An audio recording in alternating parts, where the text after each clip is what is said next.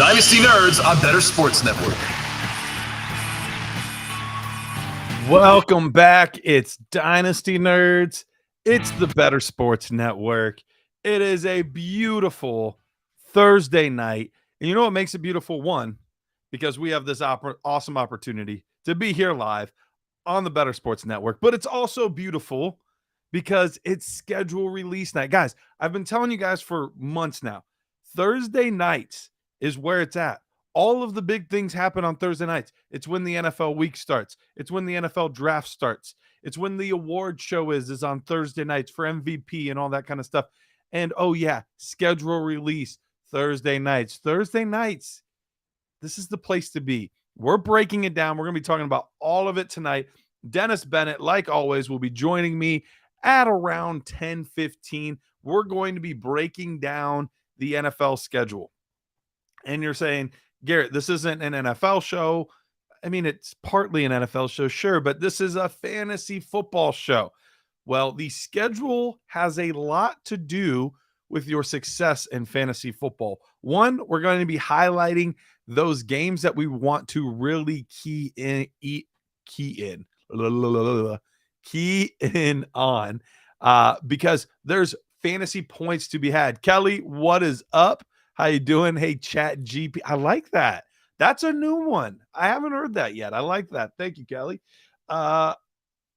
There's a lot of fantasy goodness to be had in some of these games. There's a lot of even betting goodness to be had in some of these games. So we want to break it down, but also we want to look at the last 3 weeks of your fantasy football season, weeks 15, 16, and 17, because we want to make sure that your players have those favorable matchups. That's right. Those favorable matchups. We want those for our fantasy football playoffs.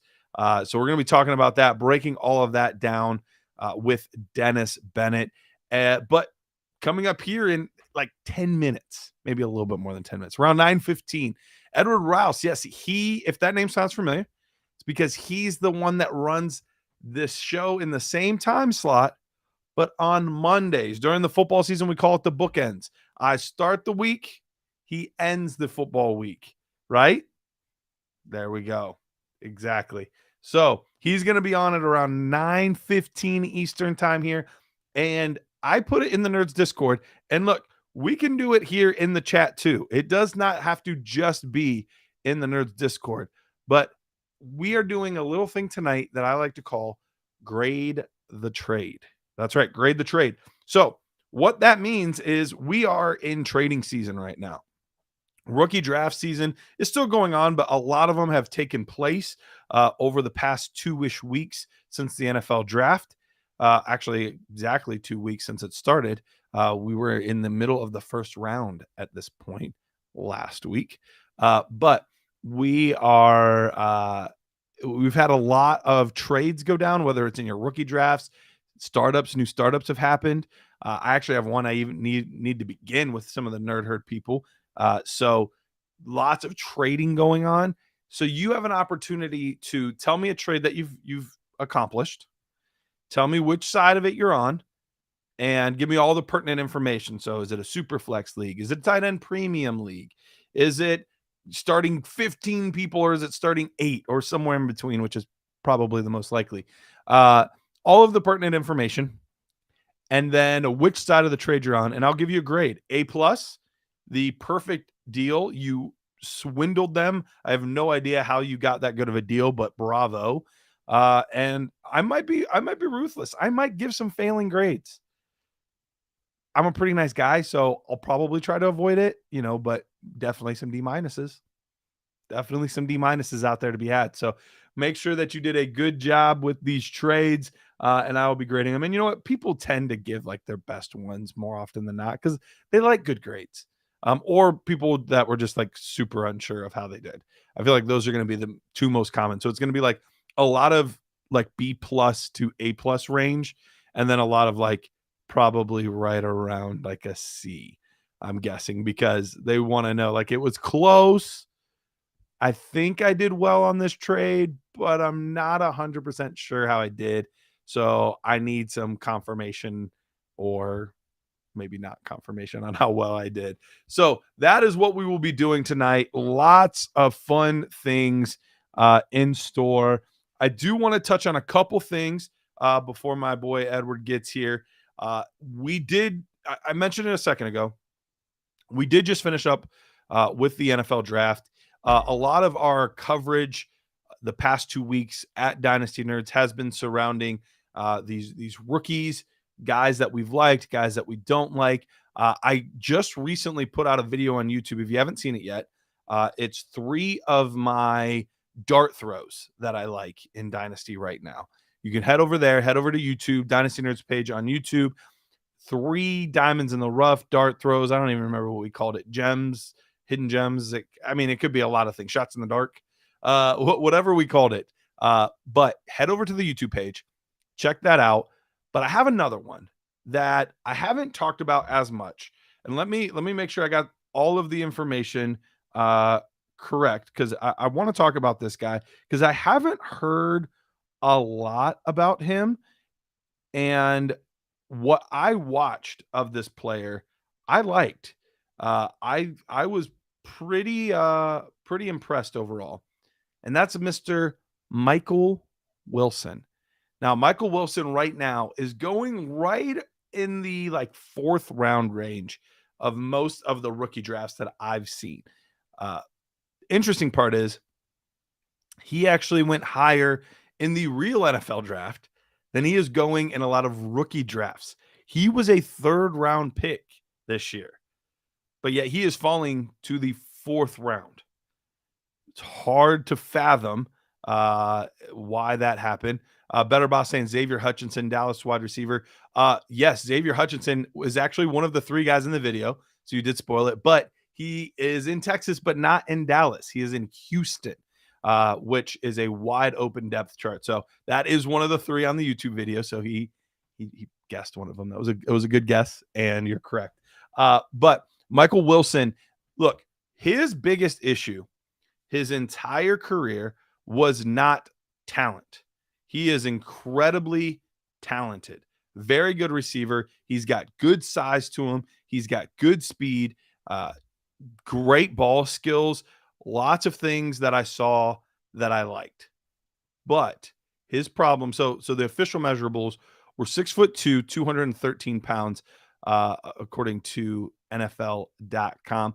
Ran a 4.58 in the 40, so wasn't super fast, obviously, but he's got good size and good movement skills, good vertical jump at 37.5 inches. So there's a lot of things to like here. His problem was could not stay healthy. And look, I get it.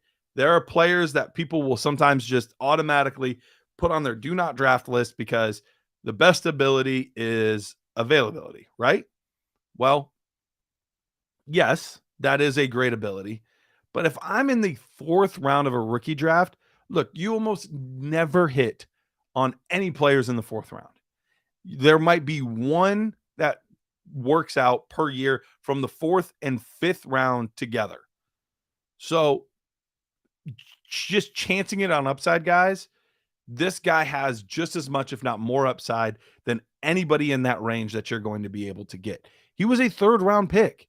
All of these other guys that you're taking are day 3 players. You're getting a day 2 player at this point in a room that could very soon be pretty empty at the X receiver position. That's right. There's been a lot of rumors that DeAndre Hopkins could end up being moved before the season starts. We haven't seen anything official on that, but it's very much so in the realm of possibility that he gets traded before the NFL season begins. If that is the case, now there's a big vacancy at the X wide receiver position. Who would naturally fall in line there to fill that? That would be this guy, Michael Wilson. Yes, they've got Moore, and yes, they've got Brown, but neither one of those guys profiles an X. They work better out of the slot or at the Z. They're not going to be lined up, opportunity for press coverage. Like Michael Wilson, size, profile, ability, absolutely fits with what he can do. So Michael Wilson, one of the guys that I really, really like at the end of your drafts, diamond in the rough, dart throw, whatever you want to call it. that is a guy I'm going after. Check out the YouTube video for the other 3 players. Kelly says, unreal where Zach Evans started out this offseason to where he is landing in rookie drafts. My first rookie draft, I got him at 304. So really good value. Evans is a really odd one overall because this was somebody that people had as a top 5 running back in the class. Obviously fell quite a bit in the draft. We've covered him on here. He's a high risk, but high reward as well. A lot of inconsistencies in his film, but with him being drafted that low, he's now fallen in rookie drafts, and I'm fine at this point going after him and acquiring him late in my drafts. Ramen Denominator says, gang, tackle that like button, people. Absolutely. Please, like this channel. If you're here from Dynasty Nerds, we thank you for joining us tonight. Better Sports Network is not just the home for the Dynasty Nerds show on Thursday nights, but it is also the home of lots of other great shows as well. So make sure to like that show. But also, if you want to like Dynasty Nerds while you're at it, I would not mind. All right, we do have some trades coming in on the side. I promise I will get to those as well as the ones in the Discord. We'll be talking about those, but I want to save them for Edward. He's going to be here in about 3 minutes or so. I want to save those. I want to talk those over with him. I do also want to go over the LA Chargers schedule because he is a big-time LA Chargers fan, and I want to discuss the schedule with him, see what he thinks about it. And there is a rumor out there that once again, the Chargers social media team won the day. Apparently, they've put out another anime video this year, but it is potentially even better than the one that they put out last year, which is hard to believe because last year's was freaking fantastic. I have not had a chance to watch it yet. Heavy T was telling me about it. The producer, he was telling me about it right before the show started. So I haven't had a chance to go watch it. Apparently there are lots of like subtle hints and clues and I don't know if you'd call them Easter eggs, but things where you have to pause in order to really be able to take in all of the different things that they are doing in the videos. So don't turn this off. Don't turn off the stream. Don't turn off Dynasty Nerds because this is the spot. Edward's going to be here. We're going to be talking these trades, so don't go anywhere. But as like a second screen experience, if you're watching us on your computer, pull out your phone, or if you're watching us on your phone, go up to your computer, watch that while we're talking. Let me know what you thought was the best one. I'm looking forward to this. As soon as this is over, I'm going to be heading over to the YouTube page, or not to the YouTube page, heading over to Twitter, checking out what their social media team did and watching that video. But the Chargers schedule, Chargers have a really interesting team this year. A lot of upside for fantasy football purposes. We'll also touch on his thoughts on Jackson Smith and Jigba now that Jackson Smith and Jigba. I'm combining the Seahawks and the Chargers. That tells you what kind of day that I've had. Heavy T says, if you want, I think I can play it live. All right. If you can play it, let's go ahead and play it. We'll watch that. And then when Edward comes on, we'll discuss it with him because it'll be about time for him to come on. So yeah, if you're able to play it and share the screen, I'll watch it live with everybody else. We won't be able to like pause it and break down everything here, but I actually would like to see it as soon as possible because I love what the Chargers social media team does. All the different things that they put together.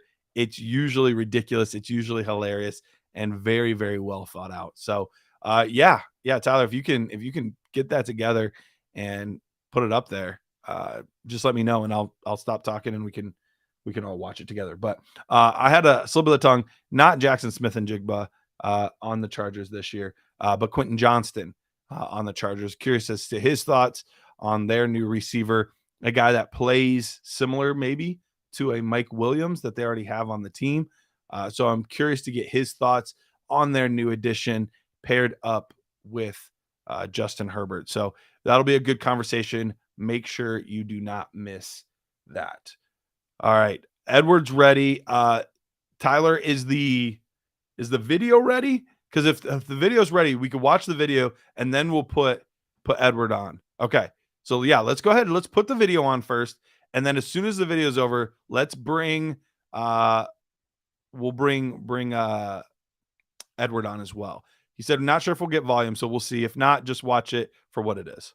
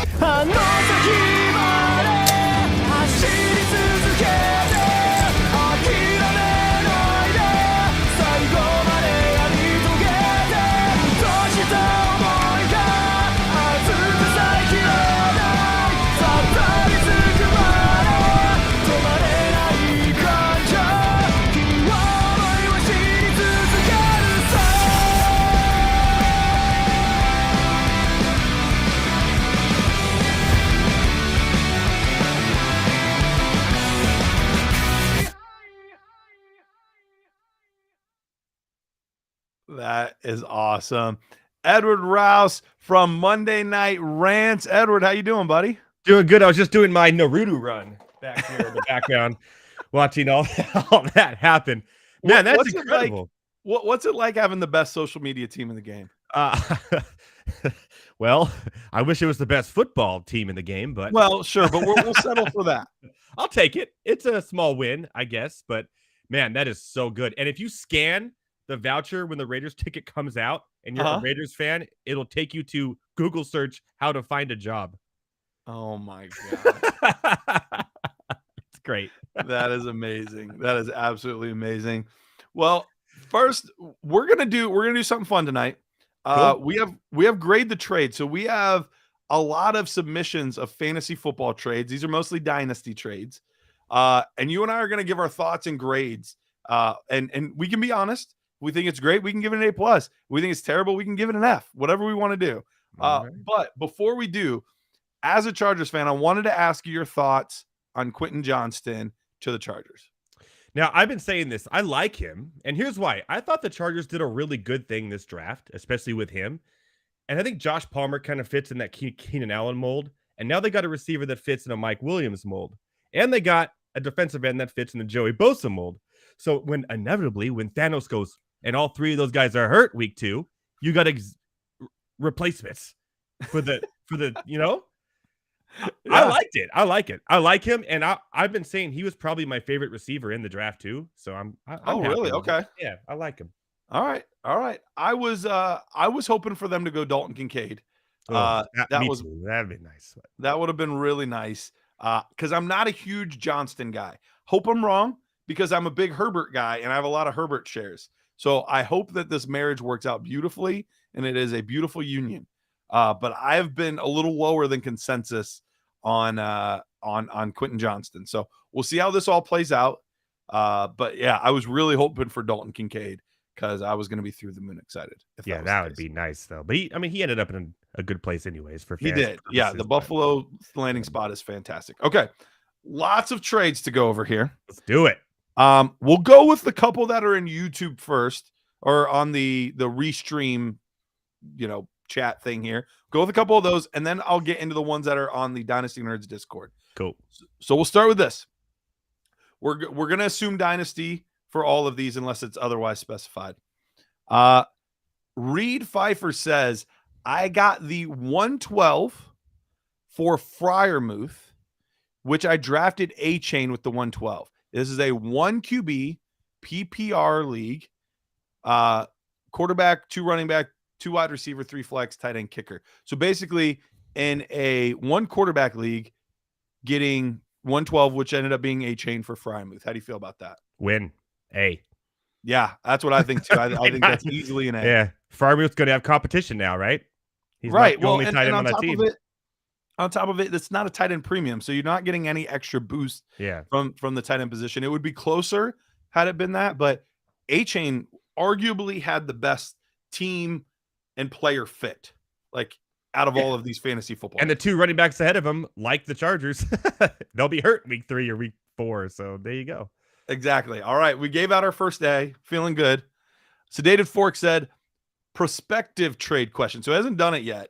But this is what he's looking for.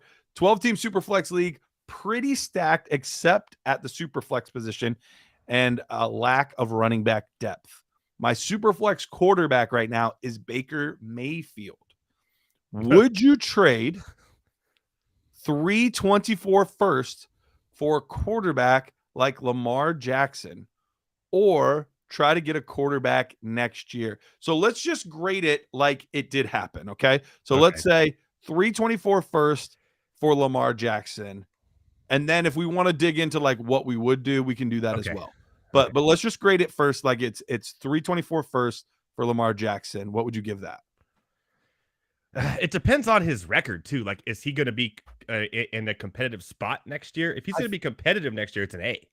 I think so, because he said he's pretty stacked except these 2 things. So I'm guessing he's in more of a like win now mode. I'm guessing. Then I give it an A. Yeah, I think that's a good trade. I'll give it like a B plus. I'm not gonna quite give it an A because we don't know what's going on with Lamar exactly. We know he's back. We know he's with the team. He signed that big deal. So like we know all of that is good. But how is everything now with everyone and all the is everything good? Is he going to mesh with OBJ? Is Rashad Bateman healthy? Is Zay Flowers the guy or not? Like there's still a lot of question marks with the other pieces around him. And it's a brand new offensive coordinator, which we think will be a good thing.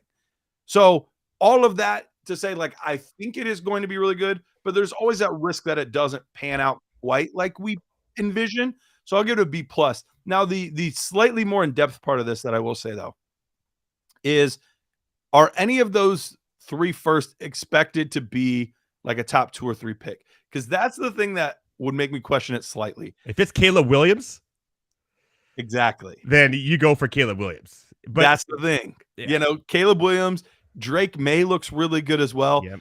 And then Marvin Harrison Jr. looks like the best receiver coming out of college in a really he doesn't need a receiver. He needs a running back or It's true. I'm just saying those guys are really good. So that would be the only like caveat to that I would throw in there. So, but all of that being said, just on the surface, you would give it an A. I'll give it a B plus. Blake Byrne says, and we are in the Nerds Discord right now. If you are not a part of it, you can become part of the Nerd Herd. But Blake Byrne says, acquired Drake London, gave away Javonte Williams and Christian Kirk. 12-team league. It is not a super flex or tight end premium, so just 1 quarterback. Got Drake London, gave away Javonte Williams and Christian Kirk. What are your thoughts? Ooh, C. Yeah, I'm not loving this one. Not me. Me neither. I'll copy you. I'm going to say a C. I'm going to say C minus actually, because I'm a huge Javonte Williams fan. So like there is some bias in this. He's still young, and we've seen Saquon Barkley come back from an ACL and absolutely dominate the NFL. And yeah, like Drake London, we still have no idea. Ritter, come on. Really? Yeah, and that's Sorry, the heavy team. tricky part. That's the tricky part. They're going to be running the ball more now as well with Bijan Robinson there. Mhm. Javonte, I would have given this a C or a C plus had the Broncos drafted a running back. That would have told me things might be a little worse than we thought with Javonte. They didn't draft one. They legitimately did not draft a running back. So that tells me that things are probably looking pretty good for Javonte. And Christian Kirk, although he's going to lose a lot of targets this year with Calvin Ridley. Calvin Ridley. Thank you. I want to call him Christian Ridley.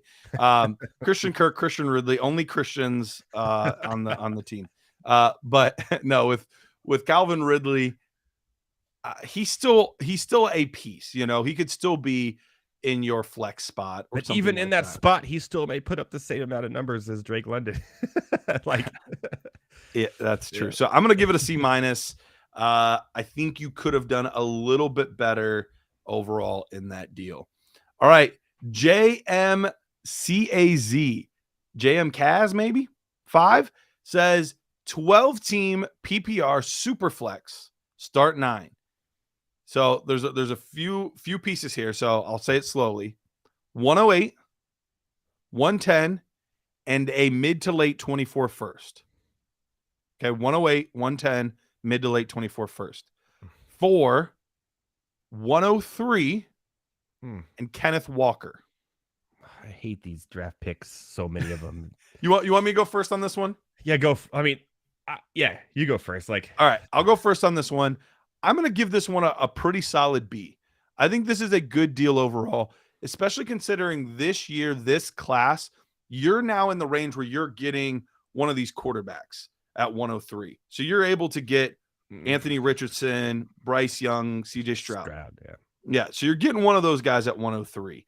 At 108 is not only you're outside of the first tier break, which is Bijan and the quarterbacks, but you're even outside of the second tier break, which is JSN and Gibbs.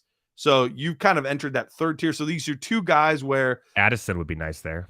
Addison is nice. I do like Addison. Quentin Johnston's in that range typically. Zay Flowers, Kincaid, A-Chain, like those guys. So there's still some good pieces to be had there. But on top of it, you get Kenneth Walker, which I get why people are down. Zach Charbonnet there, that sucks. That goal line's really gone. Sucks. Yep. So, but I still think that was a good buy low opportunity because I think some people are panicking maybe a tad too much. I think this team's going to run. So I think that was a good deal. I'm going to give it a solid B. What about you? Yeah, I would say it's B minus for me, only because it's like you've already seen Kenneth, or like you see the players in the NFL, you know how they play in the NFL, and to draft like in Dynasty, you never really know what's going to happen. You don't know if Stroud's going to be good. You don't know if Levis is going to be good or Anthony Richardson. I still have red flags about Richardson as well. Sure. So it's kind of like you never know. So I'm more of a, but most of my Dynasty teams are like, I'm always for the championship, so I never really have to worry about right now. So I'm in a good spot. Humble brag. I see that. I built them though. I built them for a while. This is not the way they are now is because I did these types of trades early on and they worked out for me. I got lucky. And so you just kind of, there's a little bit of luck on the side of that. That's all I'm saying. Oh, I agree. Any trade you make, even if it looks lopsided, go back 2 or 3 years and there are some that look lopsided in your favor at the time, and you go back years later and you're like, man, that did not work out for me at all. What happened there? So you never fully know. You have some thoughts, but you never fully know. All right, let's go back to the comments here.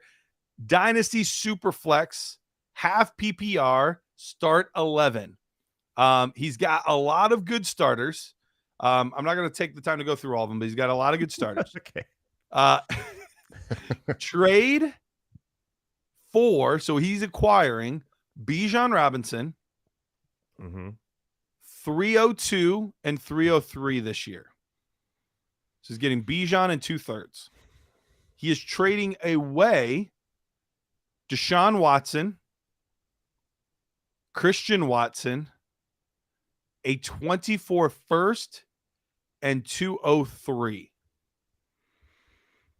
So getting Bijan in 2/3, trading away Watson, Christian Watson, Deshaun Watson, a 24 first, and 203.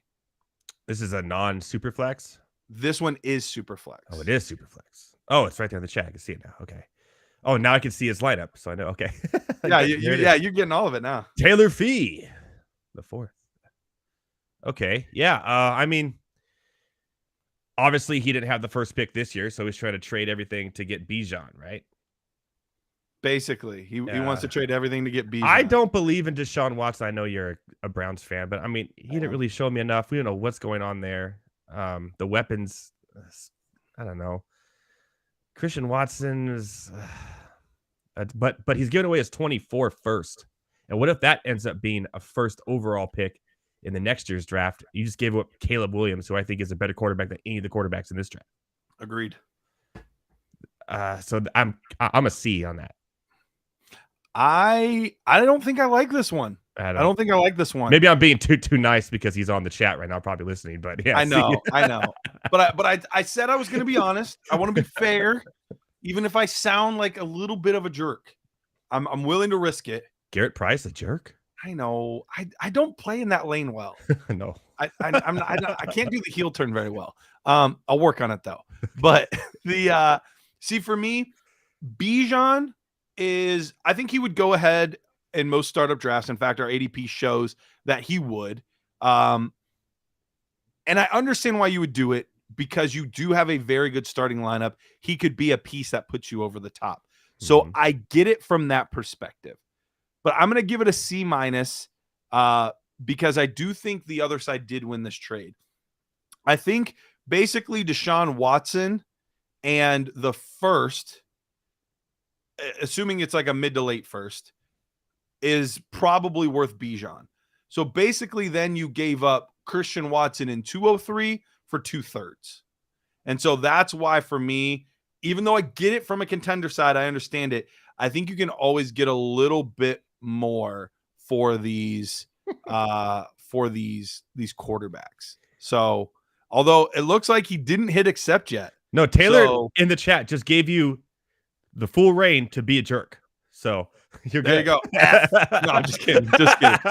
Yeah, no, I like a C minus. Like I don't think it's a horrible trade because I understand it from a contender perspective. And you do have a good young core: Lamar, Dak, Najee, Saquon, Jefferson, CD, Waddle, Pitts, Garrett Wilson, Debo. Like lots of good young players. So I understand like building that young core. So that's why I didn't give it a worse grade. He's missing a second quarterback though. If he gives up, he's got Lamar and Dak.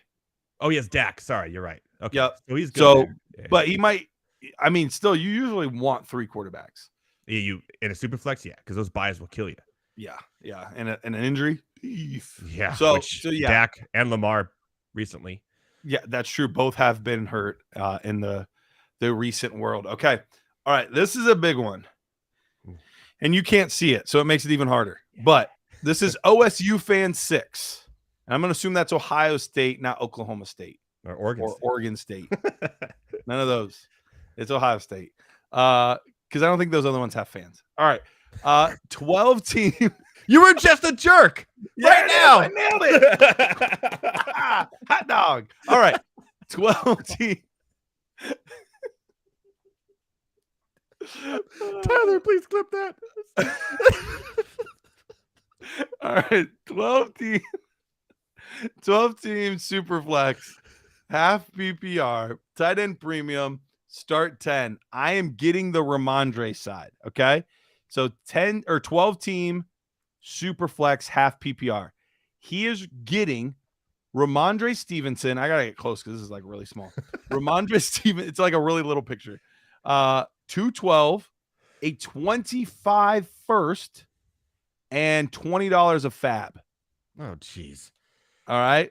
Which I'm not going to really factor much into this. Yeah. All right.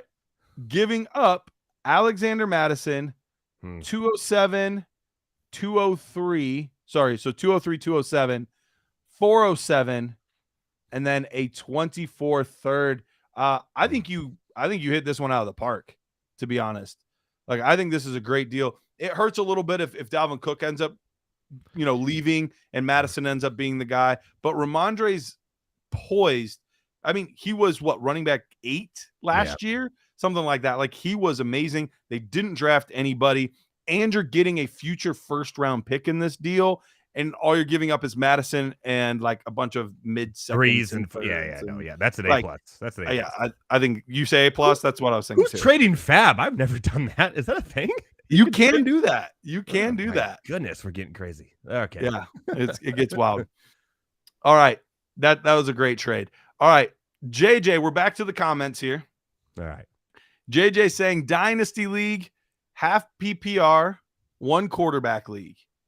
Garrett Wilson and a 24 first. JJ, if you can tell us where this 24 first is, that's always helpful. Early, mid, late, roughly. I know you don't know for sure, but that would be helpful. Garrett Wilson and a 24 first or Bijan Robinson. So let's say you make the trade and you're acquiring Garrett Wilson. That's just what we're going to assume. Garrett Wilson and 24 first. What would you give that? If you're acquiring Wilson, you're acquiring Wilson and the 24 first PPR and giving up Bijan, half point PPR. No, I wouldn't do that. Half point PPR, mid to late first. He said, half point PPR. I want to give that up. You wouldn't. So what would you give that grade if you're getting Garrett Wilson? If I'm getting Garrett Wilson, I'm giving it a C plus. If I'm getting Bijan in that, I'm giving it an A. Okay. So you like the Bijan side by a lot. Yeah, in a dynasty league? It's close for me, man. It's close for me. How many years of Aaron Rodgers are the Packers gonna have? Or the Packers, sorry. The Jets now. I gotta get the Packers are gonna get 0 more years the Jets of Aaron Rodgers. The Jets gonna have before he retires and goes to Minnesota. So I mean, I don't know. And then who's the quarterback gonna be? So who's stealing money from people in Mississippi? yeah, who's doing that? We don't know. Yeah. We won't, and hope he never sends pictures to random interns. Oh no, but, that may happen. But I like Bijan's going to be the guy, the focal point of the Atlanta Falcons for a long time. And running backs now, they're so hard to come by a stud, and I like the Bijan side of that. I'm torn on this one. I'll be honest, because Bijan's fantastic. I mean, he could legitimately be not an RB1, he could be the number 1 overall running back in his rookie year. Like, that is in the realm of possibility. But we also did just see Garrett Wilson win Rookie of the Year. He gets a massive quarterback upgrade for probably 2 years. I think that's probably the realistic time frame we're looking at, is probably 2 years. And we'll see what happens after that. But at that point, he'll be a very established veteran receiver. Quarterback changes won't affect him as much as it would a young player. So, and you get the 24 first on top of it. Right you can now, trade for that back next year. You can. Right now, Bijan Robinson's ADP is roughly 10th overall in a super flex league. Wow. Garrett Wilson's ADP is roughly 16th in a startup in the Dynasty League. So it's pretty close as far as value. Believe it or not, I'm going to take the Garrett Wilson side. Oh, we disagree on one. Finally. Okay. We do disagree on one this time, but it's very close for me. If you're acquiring the Garrett Wilson side, I'll give it a C plus because I think it is very, very close. Very, very close. All right. Ian Scarrett we'll go with. I got an offer. I got a fever. I would give Devontae Smith for Goff and Ridley. I am a contender in a super flex league, 12 team, and could really use another quarterback. I am stacked at receiver. Is that too much to give up for a quarterback? Ooh, that's a tough one. It's tough, but I'm on one side already. Are you? I think I'm on one side too. I'm curious if we're on the same side this time or not. I would do it. I would take Goff and Ridley. I would too. We're on the same side. Because Ridley's going to have Lawrence. He's going to be in Jacksonville. He has a lot to prove. He's that team's up and coming, and Goff's going to put up straight numbers for the next year or two. I love it. I would push that button now. I will give it. I'll give it a B. I'll give it a B. I think that's a good deal. I would do that. Quarterbacks are super hard to get in super flex leagues, especially if you're not giving back a quarterback or a pick that could get a quarterback. So the fact that you're able to get a quarterback and a receiver without having to give a quarterback, I think that's a really solid move. And a quarterback who's poised to be like have a great year. Like, absolutely. They did nothing but give him more than he had last year. Jameson Williams didn't play much last year. Now, he is missing the first 6 games this year as well. But then you also we gave saw him, the Chargers video. We know. I did. So funny. Then on top of that, they got him a receiving running back in the first round, and then a really good pass catching tight end in the second round. So they did nothing but insulate this guy. Yeah, I think that's a really good move overall, really solid move. I'll give it a really solid B, maybe even inching towards a B plus. All right, let's do. I think we have time for like 2 more. You all right with that, Edward? I have all night, my friend. I said I got all night. Let's do 20 more. All right, let's do 2 more. I will continue with these once Edward's done. I'll get through as many as I can before we get Dennis on. We're going to be talking about the schedule, all of the things that happen. And I just got a note here from Heavy T. Before Edward leaves, we need to show the Titans schedule release. You guys will get a kick out of the video. Now, I'm all about watching videos, so I'm cool with that. So before you go, is it just a bunch of L's, Heavy T? I could be a jerk too, people. We're all jerks tonight. It's the jerk store. There we go. Seinfeld reference. What am I doing? Come on. All right. Ice Storm. 1 quarterback league. Great name. Right? He's got Mr. Freeze as the picture. Yes, great name. Solid. 1 quarterback PPR league here. Gives up Ramondre Stevenson. Your boy. KJ Osborne. 105, 110, and 2 5th-round picks. So the 5th-round picks don't really do anything. So Ramondre, 105, 110, and Osborne. Gets in return Waddle and Cooper Kupp. Oh. This is tough. Here's why I'll say this one's tough for me. I love Ramondre Stevenson, but it is a shorter window with these running backs, especially Patriots running backs. You can never really, know how long they're going to last.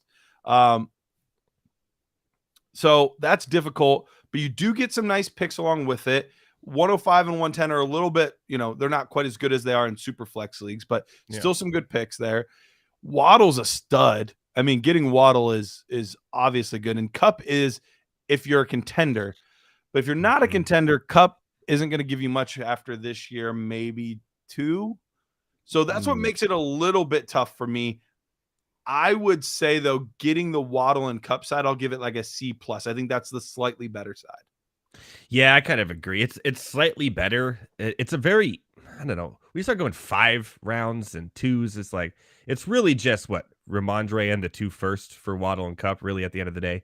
Basically, yeah. So just without seeing their team construction, it's kind of hard. Right. And that does take into account for sure. Yeah. But I'm kind of with you there. I would think that is the way. Perfect. I guess a C+ slightly towards the win now with the Kupp and the Waddle. But also, Kupp has questions.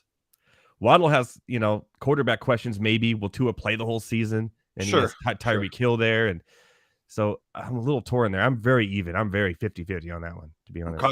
Okay. Solid trade, but nothing overly exciting for either side. Pretty even. Yeah. All right. Big Papa Pump.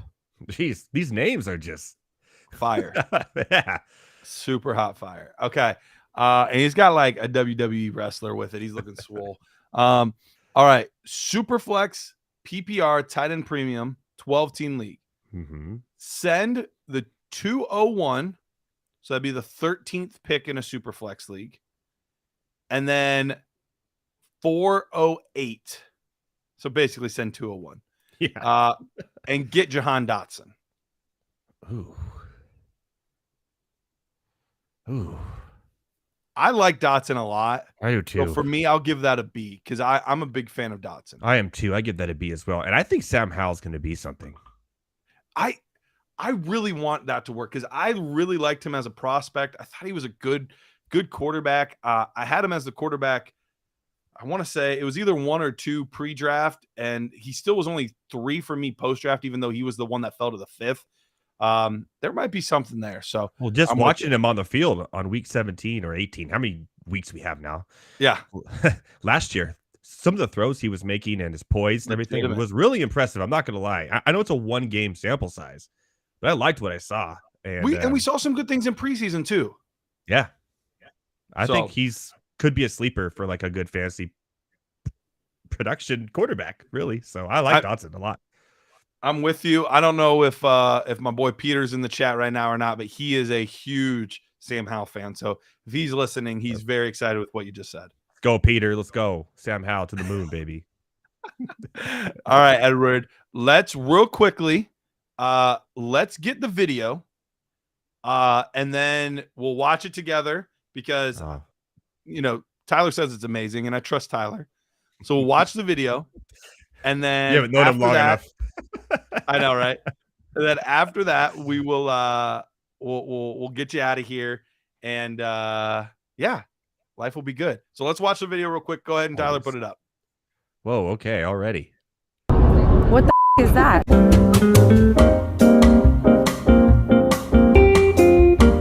St. Louis Rams. Oh. Lightning McQueen. No. Oh, that's just the football logo.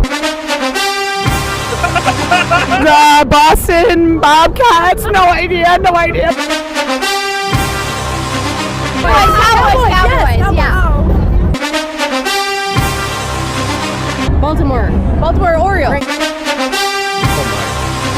This one is the Red Stallions. 49 to 69ers. 49 No. Stars. It's a Pirates from the islands of the Caribbean. Chester Cheeto. Tigers. North Carolina Tigers. Texas. That's the Cowboys. Texas. Got that. Yeah. Atlanta. That's Florida. Florida Dolphins. Oh, Texans. Eagles. Pittsburgh. Who's that? Bulls? Who? Patriots? That's the Patriots logo.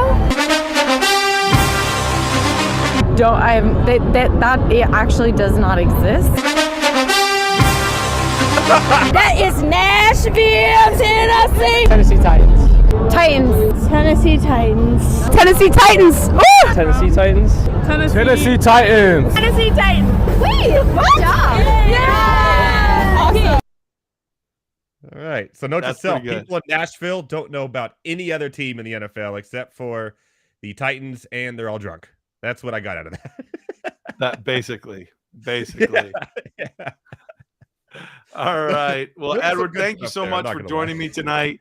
Genuinely appreciate you taking the time out, especially on short notice and everything. Really appreciate you coming on, my man. Hey, Anything you want to plug real quick? the schedule is out. That means season 2 of the bookends coming soon here. Coming soon. I cannot wait. Yeah, every Monday night, myself, Heavy T's on board as well. Produces this show right now and mine as well. Join me for Monday Night Rants, where we talk about all sports and stuff like this and have a lot of fun and laugh. Hot dog! Hot dog. Dude, that was the funniest thing. Oh, man.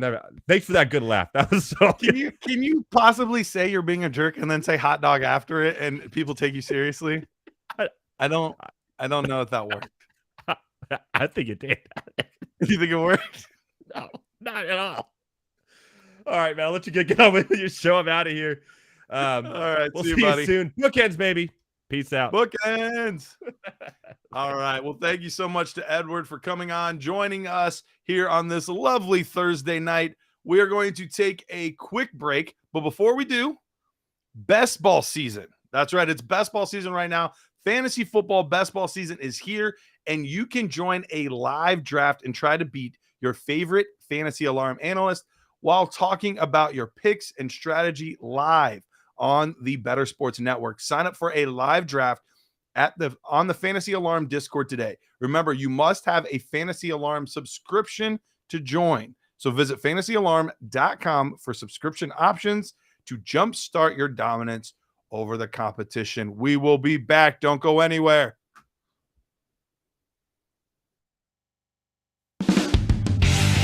Moose and Keith. Weekdays at 10 a.m. Eastern. The word genius is there, Bob Glover. It describes him. Bob, so when's the last time that Twitter defeated you? Because I've been defeated by Twitter today. I'll tell you how Twitter defeated me one time. I had the mistaken impression that the year that Troy Polamalu won the Defensive Player of the Year, it looked like it was going to go to Clay Matthews Jr. And I tweeted it. And there was a guy on the media bus. He was like, oh, yeah, he's got it, a guy I trust. I won't tell you who it was, but his initials are Mike Garafolo. So I went with it. Got a DM from Rich Eisen, NFL Network. He goes, you sure about that? I go, oh, man. Oh, I just got this wave. Because, like, accuracy to me is really important. Yeah. So I'm literally on the media bus. We're just getting back from media day. We are slipping and sliding in Dallas. It's snowing. I get off the bus. I open my laptop. I am hunched over. And I just, like, literally people are passing me. Bob, what's wrong? And it was Polamalu. And Adam Schefter had retweeted me. Trey Wingo had retweeted me. I'm like, oh, I'm dead. So when it's Polamalu, then how do you handle that? Like, what was the subsequent tweet I think afterwards? I said, got some bad Twitter info. I didn't put Garafalo's name on there. I had to 10 years later, you can out him. I like that. Yeah. You know, he wouldn't mind that. He knows the stories. So. Yeah. He actually said to me, hey, Bob, I think you might have jumped the gun on that. I was like, oh, crap. There we go. Campus to Canton on the Better Sports Network. Would Dion bench Shedeur? I don't think he would. Like, how bad would it have to be? Because we've seen horrendous quarterback play from this Colorado team for the last, 5 years? JT Shroud, Brandon Lewis, just terrible quarterback play. Like, they were 131st, which is dead last in pass EPA per play. Obviously, it will be better, but how bad does it have to be for him to bench his own son? Like, I'm not sure he will ever either, like, especially with the attitude that he came in with. If they don't get Rashada, who do they bench him for this year anyway? I don't know that there's another answer on that roster that you go to. They don't really have a guy behind him. So I don't even know if we would know the answer to that until the next year, assuming that, he doesn't declare for the draft, he returns, they bring somebody else that's competent and behind him. If they're going to do this the Lincoln Riley way, next year would be the class to bring somebody in. Shedeur Sanders is going to be a third-year player. So he's going to play 2023. I don't think he's declaring for the 2024 NFL draft. So he's going to play in 2024 and then declare for the 2025 NFL draft. And let's remember this. He hasn't had a full recruiting cycle at Colorado. He will have that next recruiting cycle. So maybe he could get one of these class of 2024 quarterbacks there to come to Colorado. However you're invested in sports, from betting to fantasy, collectibles, and more, join our community on Better Sports Network.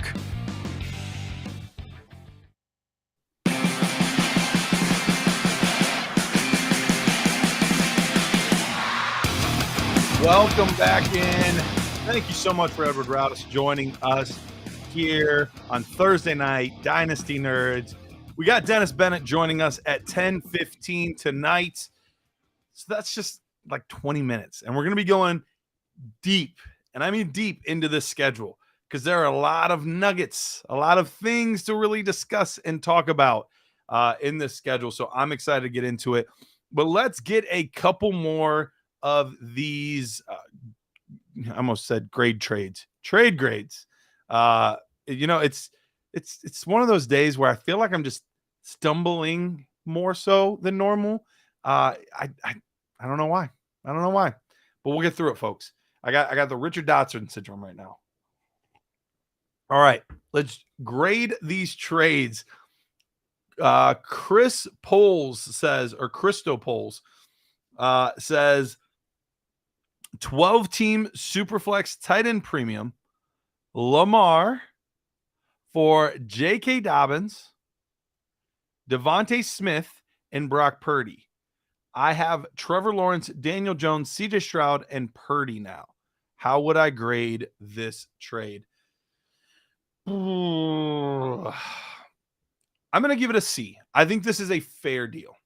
I think this is all going to depend solely on what happens with Purdy. If Purdy can legitimately be that guy. Now, granted, you have 3 quarterbacks, so I understand giving it up. I love Dobbins. I love Smith. It's just hard giving up that top-end quarterback, but you got enough for him. So I think it's worth it. If Brock Purdy ends up being not the guy, then this doesn't look very good. If it ends up looking like the guy, then this is a great deal. Right now, I think it's very even, so I'll give it a C. Maybe even give you like a slight better C plus on this deal, because I think overall it's a good trade. But it's all gonna really hinge on what Purdy does there, and maybe a little bit so Dobbins too. I think we kind of know what we have out of Smith. Dobbins is the one that could also really make or break this trade if he looks like his old self. If he's putting up some of those numbers that he put up towards the end of last year, it's looking pretty darn good. All right, just Car 90, 12 team, 1 quarterback PPR, not a tight end premium. Received the 104, 105, and a mid-24 first. And Kyle Pitts. Sent 101 and Pat Freiermuth. Then I turned 104 and 5 plus into plus Jordan Love into Brees and Komet. All right, so let's just focus on the first part because there's a lot to break down here. All right. Sedated Fork says I got the dots in. I do have the dots in tonight. All right. Received 104, 105, and a mid-24 first plus Kyle Pitts for 101 and Freiermuth. I think overall I do like that deal. Well, why don't we just tie it all in together? So we'll say he got 10. So he got Brees Hall. Oh, but it said plus Jordan Love. So yeah, that's hard to do. But in a 1 QB, that doesn't really mean a lot. But basically he got Brees and Kyle Pitts for Bijan Robinson and Pat Freiermuth. It's mostly what it comes down to. Oh, and he gets a first. So yeah, I think that's a C plus, maybe even B minus, because getting Brees, Kyle Pitts, and a 24 first for basically Bijan and Freiermuth. Yeah, I like that deal. There's a lot there to try to break down. I like that deal overall. I'll give it a C plus, B minus. I think it's a good deal overall. It's always tough to give up somebody of Bijan's caliber, but I think you got a lot there. All right, my team is Nevermore. This is Sith Face 24/7. He says, my team is Nevermore. I also have Jefferson and Chase as my wide receivers, 12-team super flex league. He has Daniel Jones, Joe Burrow, Anthony Richardson, and Carr's quarterback. So he's got a lot of quarterbacks. Gave up Tank Dell, CJ Stroud, which would have been like the 104, and a 25 first. Sounds like this is a contending team. Did that for CD Lamb. I like this deal. I mentioned it before. I don't love giving up quarterbacks and not getting them back, but I think you got good value for that quarterback, and you have depth there already. You have 4 legitimate quarterbacks, so it's not a position of need or worry. For me, I think getting CD Lamb, you're getting a legitimate, top 5 dynasty receiver. So I would give it a B minus to a B. I think it's a good deal overall. Tough to give up CJ Stroud, but you have to give up something of value to get a young, talented receiver like CD Lamb. So I like it. I like it a lot. All right. Hobie says 12 team, 1 quarterback. I got Chase. I think I overpaid a bit, but now I'll have JJ and Chase for the foreseeable future. He gives up Garrett Wilson and a 24 first for Jamar Chase. It's funny. I had somebody offer this exact deal to me recently. I would be receiving Chase. I would be giving up Garrett Wilson at first. I did turn it down. That being said, I think it is perfectly fair. My team was just not in the position where one player was going to make that big of a difference because it was more of a true rebuild. So I think on a contender, I think it makes perfect sense. I think it is a perfectly even trade. So that doesn't sound like you did well, but I'm going to give it a C because I think a C is perfectly even. And I think it's a perfectly even trade. So I will give that one a C. All right, Cyborg, MKIV. 12-team Superflex, half-point tight end premium. Wow, there's a lot of big names here. Buckle up, folks. Patrick Mahomes, Travis Etienne, Pat Freiermuth, and Christian Watson. He gets in return Tua, Waddle, Breece Hall, and Kyle Pitts. Whew, that is a big boy deal if I've seen one. Holy cow. Giving up in a Superflex half-point tight end premium, giving up Patrick Mahomes is tough to do. And you're giving up other good pieces, Watson, ETN, Freiermuth. But you're getting the better receiver, the better running back, and the better tight end. But it's a pretty steep downgrade at quarterback. I think I would do it, though. I think I would. I am a guy that is a Tua believer. I know that there are a lot of people that are extremely nervous about Tua, and it's completely understandable. But I am a Tua believer. Assuming he can stay healthy, which I think that there's a good chance that he can. There's a lot of things that he's done over the offseason to help prevent some of these things, learning how to fall better, things like that. I think he's taking Taekwondo or Jiu-Jitsu or something like that, where he's learning to fall better. So I believe in that. I believe in the team. I think that they're putting some good pieces and play around him. So I think I would be willing to do it. You get the connection there, Tua and Waddle. It's tough. It is tough. But yeah, Tua, Waddle, Breece. I'm going to take that side. I'll give it a C+ because I'm taking that side. But it is obviously very, very, very, very close. All right, we have one in the chat here. Let's go to that. Josh said, "Did you hear that, Peter?" Tell him, Josh. Tell him. All right, which side here? Ramondre Stevenson, A.J. Dillon, 208 and 406 and 7 for Hopkins and Josh Jacobs plus a 24 fourth. So Ramondre Stevens and Dillon plus 208. I don't really care about the fourths, so that's not going to move the needle at all. So Ramondre, Dillon, and 208 for Josh Jacobs and DeAndre Hopkins. I'm going to give that probably a B+. That's a good deal. I do not believe in A.J. Dillon. I've never been a big A.J. Dillon guy. I would rather have Hopkins, even though it's a short shelf life. I'd rather have him over Dillon. And as much as I like Ramondre, I would slightly rather have Josh Jacobs over Ramondre Stevenson.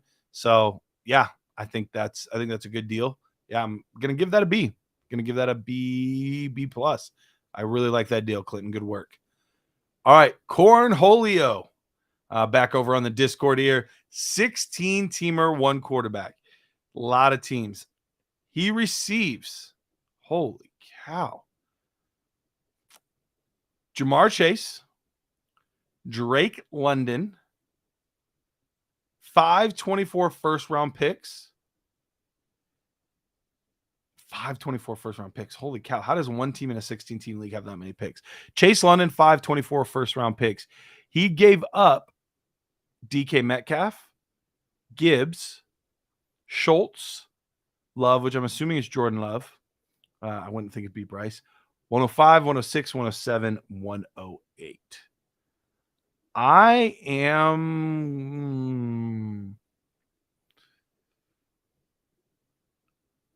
I'm gonna go with the Jamar Chase side. It's tough because I do like Gibbs, and the 4 first this year are definitely enticing. But they're all after 105, which means it's put you outside of that window in a one quarterback league because now you're not getting Bijan, Gibbs, or JSN. Not getting any of those guys. So puts you in this like kind of murky window. So I like that deal. I think that's a solid B to B+ range. Good move, Cornholio. All right. Bamboozalicious says, if you have some time, I'm on the clock and stuck. Just ask Discord Rookie Talk, but no love yet. All right. Lay it on me. Bamboozalicious. I will do my best to steer you in the right direction. in your rookie draft here. This is such a fun time of year with rookie drafts. I love getting to talk rookie picks, players, where the values are, where the cliffs are. But while you're typing all that in, Sedated Fork, which I know he's been in the chat quite a bit tonight, says 12-team Superflex contender traded away Derrick Henry and Tyjae Spears for a 24 first and 24 second. Start 9. Felt weird making this trade as a contender, but thought I could recoup midseason if I need running back help. Yeah, I'm a little bit surprised you traded away Derrick Henry and then the guy behind him in Spears on a contender, because it does feel like you're insulated there if something happens to Derrick Henry. So I'm a little bit surprised, but you get the first and second next year. I'm curious, where do you expect those firsts to be? Because I'm assuming you traded this to a contender, but they're getting Spears too, so maybe not. Maybe it is a more of a rebuild trade, but I'm assuming that team is a contender, so you're probably not getting high picks. If you're in the chat still, let me know where those picks are. But right now, I don't love it. I just, anytime I'm in a contender window, I don't want to trade an asset that could help me win a ship, especially maybe trading it to a potential competing contender. So he said, yeah, maybe a 24 mid first, and maybe I screwed up. Look, this could come back to be helpful. I don't think it's a terrible trade. It's just not my favorite on a contending team, especially when you had Spears to back him up. You know, if you were worried about the fall off and you didn't have Spears, I think it would have made a little more sense to me. But since you had his kind of handcuffed, I don't think I would have. But it's not like the worst trade I've ever seen either, because this does help set you up better for the future. And you're thinking it's a mid. So that definitely helps as opposed to being a contender. So that helps. So I'll give it a C-. I don't hate it, but I don't love it either. Funky Man, 14-team PPR, 1 quarterback league. He is, I'm not sure if he's giving up Eckler. It sounds like, I don't know. He says Eckler for a 23-202. He has a few different trades he's going. So the first one, Eckler for 23-202. I'm assuming the first thing you say is going to be coming to your team. So I think that's a great trade if you're a contender. Giving up a second for a guy that could be a top 3 running back over these next 2 seasons, great deal in my book. Burrow and an early 24 first for Mahomes, 111, London, 24 second, and 305. Burrow and an early first. Yeah, I'll take Burrow in the early first. So I'll give you a B on that, because that early first is probably going to be either Caleb Williams, Drake May, or Marvin Harrison Jr. And I love that beginning of that class. Love the beginning of that class. So I think that's a really good deal overall. Tough to give up Mahomes, but I don't think Burrow's that far off in fantasy from Patrick Mahomes. All right, 12-team, 1 quarterback, half PPR, contending this year. He was in 3rd place last year. Gave up 106, received J.K. Dobbins. A. Absolutely an A for Tetraform here. Love that deal. At 106, you're not getting any of those top-end running backs. A-Chain may or may not still be on the board, but we know who J.K. Dobbins is. We know that he can be that guy. We've seen him put up, even when not fully healthy, 100-yard performances. You get a guy that is still fairly young, and you're giving up 106 at a point in the draft where there's some okay receivers. That's really what you're doing. Love it. Give it an A. Great, great move. All right, let's do one more here, and then we'll get to break, and then we will bring on the man himself, Mr. Dennis Bennett at Culture Coach. All right, Jameson 12 just made this happen. The kicker for this was that was traded Pierce for 110 right before to move it 10 seconds later to make this one happen. I am on the Kelsey Cup side. So he receives Travis Kelsey and Cooper Kupp. I'm assuming this is in a super flex league, and he is a contender. So Travis Kelce and Cooper Kupp giving up AJ Dillon 110 and a 25, not 24, 25 first. If you are a contender, like I believe you are, I'm going to give this one a B+. I think it's a really good move. It's tough giving up 2 first-round picks for aging assets, but in a win-now mode, you could have the potential number 1 tight end and the number 1 wide receiver that you just acquired to help you win a ship this year. So anytime that you can put yourself in position to win a ship, it's a good move. So I'm on board with this. I don't love giving up first for older assets, but when you can win it, banners last forever. You can look at your roster and talk about how great it is all you want and how good it's going to be in 2 years. But when it comes down to it, people are going to ask, how many ships have you won? These are 2 players that are going to help you win a ship. We don't know anything about the rest of them. It's a bunch of maybes and what ifs. Take Travis Kelce, take Cooper Kupp, go win yourself a championship, Mr. Jameson 12. Congratulations on a great trade. All right. Before we go to break here, I want to remind you quickly about the Better Insights. Attention, Better fans. You can have the Better Sports Network newsletter emailed to you every single day. And you know who puts that together? The guy that we just saw, Edward Raus. He's the one that puts it together. You like him, you're probably going to like the newsletter. So you can get it emailed to you every single day. The only place to get our Better Bet, that's where you're going to get it, is on the newsletter. Plus exclusive offers, program alerts, special events, and our top moments. I have a feeling me saying hot dog will probably be there. Register for free right now. For free, guys.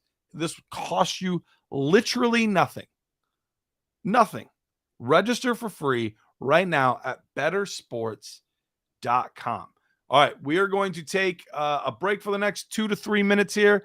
When we get back, the thing that everybody has been wanting to talk about is the schedule release. That's what we're going to do with Dennis Bennett here in just a few minutes on the Better Sports Network.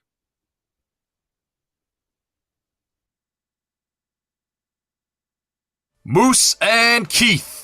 Weekdays at 10 a.m. Eastern on Better Sports Network. Calvin Ridley yesterday, he applied for reinstatement from the National Football League. Ridley, Kirk, Zay Jones, Travis Etienne, Trevor Lawrence. That is crazy potent on offense. Yeah, it's going to be awesome. I mean, Ridley's great. I think Trevor Lawrence is a guy I want in fantasy this year. I think you're probably right. I think they're just going to get better and better. First off, Peterson's a wonderful offensive mind, a great head coach, and we've seen that and saw that this year as Jacksonville made it to the postseason. And Trevor Lawrence, anybody that questioned whether or not he could play in the National Football League or just how good he was going to be in the NFL, those questions were answered this past season as in the second half of the year. Statistically speaking, he was a top 3 quarterback in the NFL. That's how good Trevor Lawrence is. You throw Calvin Ridley into the mix, it's going to be great. Yeah, I think Lawrence is a guy you want. I think Ridley's a guy you want. Clearly, Travis Etienne is going to be one of those early, first-round selections as well, being the dual-threat running back that he is, not only running, but also catching the ball out of the backfield, Keith, and the ability to take something small and take it to the house. Take a 5-yard dump pass, make a guy miss in the open field, and he's gone. I mean, you saw that with Travis Etienne this past season for Jacksonville. Yeah, sky's the limit. I mean, I think you're going to go from a team in the year span where you wanted no part of the Jacksonville Jaguars when you're looking at fantasy football to where you want as many Jaguars as you possibly can because they're going to be really, really productive. And let's see if they get their tight end back as well. Who had Evan Ingram was great. And Evan Ingram, who was great this past season. Yeah. I mean, if they keep that whole core together, their offense is going to be one of the best in football. Like, I legitimately think that they could be one of the best offenses in football. Zay Jones, Evan Ingram, Christian Kirk, then and Ridley, Travis Etienne, Trevor Lawrence, a good offensive line, and you've got Doug Peterson being creative calling. Right? And you look at that division. The Colts are a mess. Yep. Titans look like they're on the downslide. Titans are on the downslide, right? That window is clearly closed. And then you got the Houston Texans. Years away from relevancy. Yeah. I mean, Jacksonville Jacksonville could win 11 games next year. Moose and Keith. Weekdays at 10 a.m. Eastern on Better Sports Network.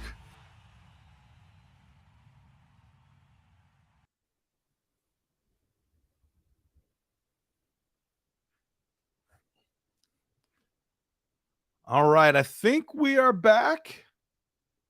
I didn't hear any music, but you never know. I see me, so I'm assuming you see me. So I believe we are back here on the Better Sports Network, and any moment we will have Dennis Bennett joining us. We just forgot to unmute. We're good. It's all gravy, baby. You know how many times I mess up on here, Tyler? You know how many times I mess up on here. All right. We are back on the Better Sports Network. We are getting Dennis Bennett on here momentarily to talk schedule release. And look, the reason that we're going over this, Today to Fork says he wants to see Dennis being a jerk. So we'll see. I don't know. He's a pretty nice guy. We'll see if he can do it. Hot freaking dog. All right. We're going to be talking about the matchups that we love in these first few weeks. We will also be talking about week 15, 16, and 17, because that's the one that really matters.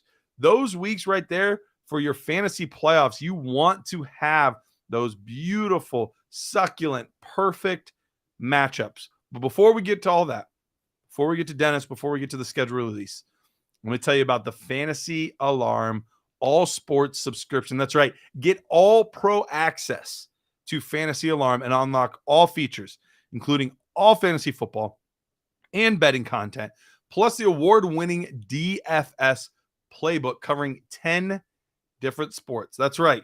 One for each one of my fingers right here. Okay? 10 different sports. For a limited time, get all this for 50% off your first 6 months with promo code ALARM50. That's ALARM50 at fantasyalarm.com. So get started with a free trial today, and that's promo code ALARM50 at fantasyalarm.com. All right. Heavy T, how are we looking with Dennis? Is he on yet? Is he ready to go? I know typically he comes on. All right. Not yet. So we'll talk about the schedule without him. If he misses out and he doesn't know what good matchups to look for, that's not on me. All right. He had his opportunity. So let's go into the schedule here. Look at some things. Week 1, very first game of the year. How about those Detroit Lions? A couple years ago, no way would they be in this game. Now, the people are clamoring for some Lions, some Dan Campbell, some kneecap biting, some Gibbs and Goff against the Kansas City Chiefs. Night 1, September 7th, 2023, 8:20 on NBC. Very excited for that one. And here's the man himself, Dennis Bennett. Dennis, how's it going, man? Man, can you hear me? I can hear you. Oh, okay. I wasn't sure at first. I just sprinted in from the second game of the season. My son pitched 2 scoreless innings, 4 strikeouts. Nice. He gave up a big old hit, a double, but the team played good defense, made a nice defensive play. 1 for 2 from the plate, scored a run, stole a base, got the game ball. I think if he keeps it up, I'm going to have to take up fantasy baseball. There we go. That's what I'm talking about. Love it. All right. So, Dennis, I was just talking about the schedule release. And obviously, you were at a baseball game, so you haven't got to see a lot of it yet. But been trying. One of the highlights, the Detroit Lions, your Detroit Lions, opening night against the Kansas City Chiefs. What do you think about that?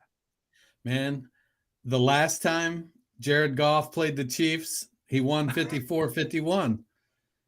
I'm pretty stoked about it. Got to be honest. That was an epic game. So that was in Mexico City, right? I think so. Now, I don't, the Lions don't have that Rams defense. Not that giving up 51 points is is stellar defense, but you're playing Patrick Mahomes. I think it sets up well for the Lions to start the season, in a few weeks or 8 weeks or something when we do our season picks on the fantasy football roundtable. I will not be picking the Lions to win this game, but it bodes well for kicking off the fantasy season for my Detroit Lions. I think Goff will have a decent game. Kansas City's defense, they lost Frank Clark. They drafted Karlaftis last year. They drafted the hyphenated kid this year. I forget, Uzoma. So they play, they're filling in pieces and they're going to play hard. But Kansas City's game is we just know we can score whenever we want to. So you're going to have to match that. I think Jahmyr Gibbs, Amon-Ra St. Brown, Sam Laporta, and a really good offensive line. It sets up well to start the fantasy season off right on a Thursday night. And I got to be honest, we're kind of not used to that. Yeah. No, I'm excited for that game. I think that's going to be a very fun game. And it's one of many that could end up being some pretty fun games for fantasy purposes. Another one, the Atlanta Falcons and Bijan Robinson, they go up against Carolina, who is in the definition of a rebuild. So there could be some fantasy goodness to be had there. One of the highlights of week one, outside of the primetime games, we've got the Miami Dolphins going to the LA Chargers. So we saw that last year. I think that was the game that Tua went down, unfortunately. That was the first one of his big concussions. But, I mean, those are two offenses right there that could easily both put up 40 points in that game. So yeah, it looks, by all intents and purposes, like those are two throwing offenses, and they've got the weapons. And is there a coach heading into 2023, whose seat is starting off warmer than Brandon Staley, is that his name? Staley. They just haven't seemed like they've reached their potential the last couple seasons. And him and his embracing of analytics, which I think is great. I think you have to use all of the tools to your advantage. These dinosaur head coaches and front offices out there, it's literally the real life version of film versus analytics in fantasy. And it's like, no, you have to use both of them. Use them wisely. Yep, absolutely. So I think that's going to be a fun one. And then week one, we also get to see Aaron Rodgers in his New Jersey with his new team up against the Buffalo Bills. So a big division game right off the bat. New York. Man, that's a fun one. I'm excited for that Monday night game. That's another one where we could see a good amount of points being put up.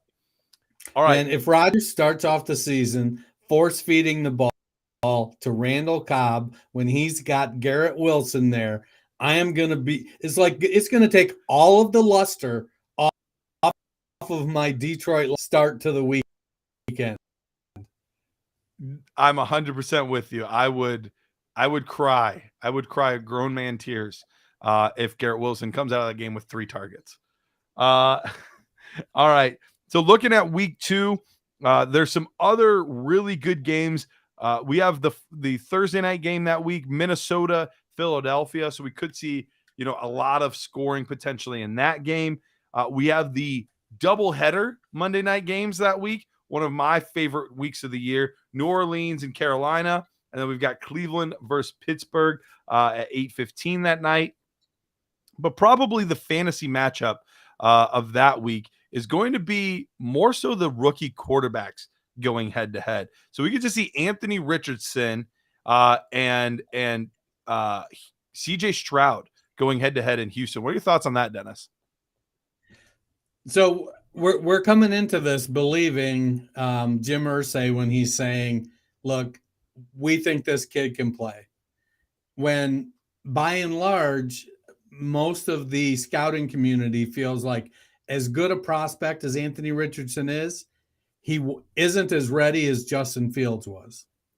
So it's going to be interesting after, summer camp, training camp, the OTAs, and then if he launches right into the season, are we going to get a start to the Justin Fields era in Indianapolis where, he's throwing the ball 10 or 11 times?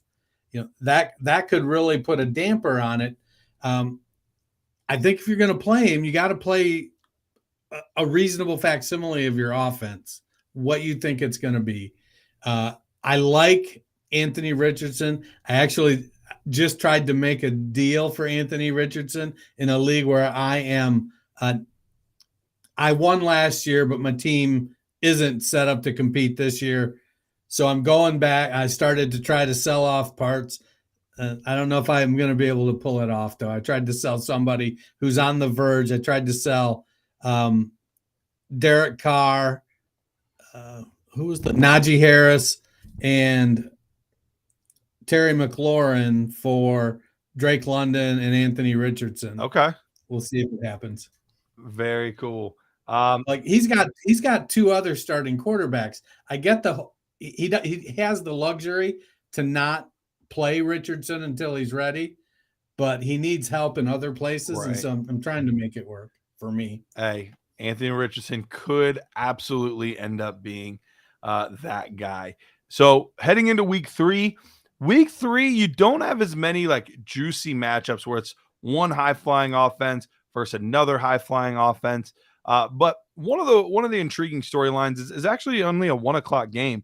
But I'm really curious to see the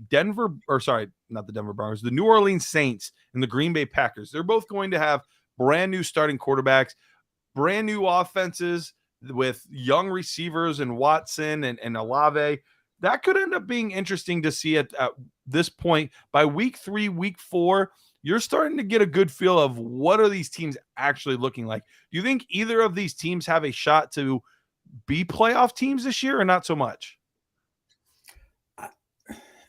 I think that if I'm going to bet on a quarterback to take his team to the playoffs out of these two, I'm going to bet on Derek Carr.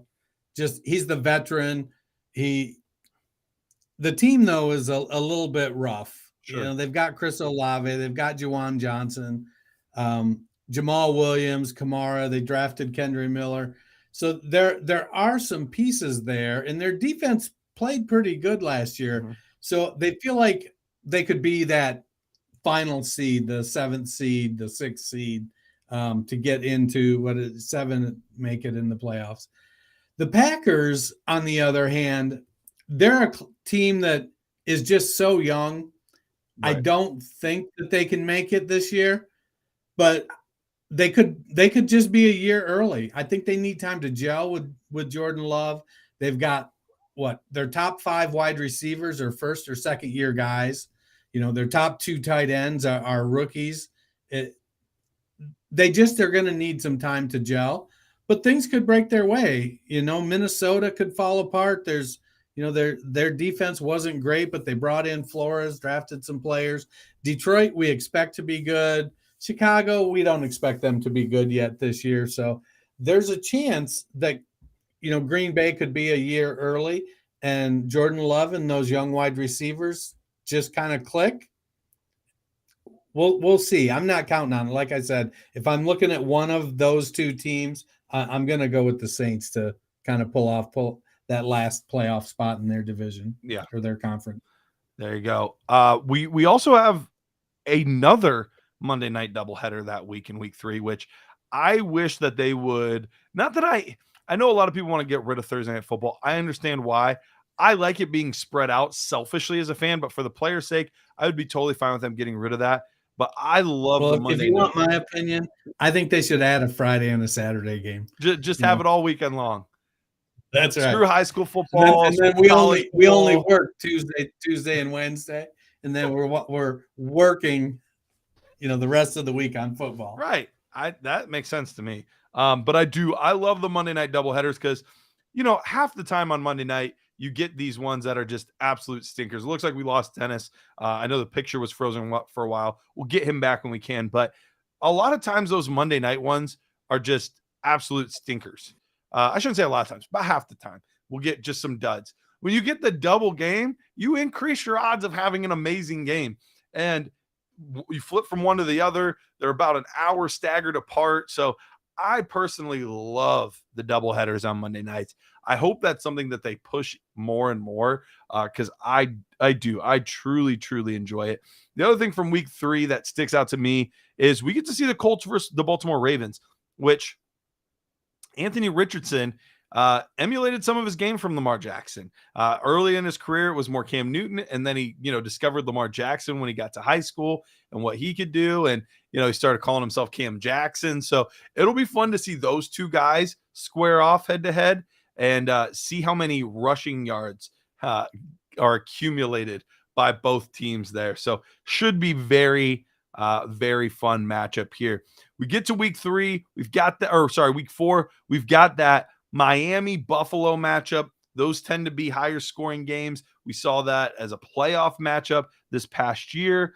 We've got the Kansas City Chiefs and the New York Jets. So Aaron Rodgers versus Patrick Mahomes on Sunday Night Football that week could be an absolute barn burner as far as points go for fantasy points. So definitely looking forward to that one. Definitely looking at, who I have that week, who I can start, because that's a week where you might consider starting some players that otherwise you might not, just because it's going to be high octane, a lot of points, all that kind of stuff.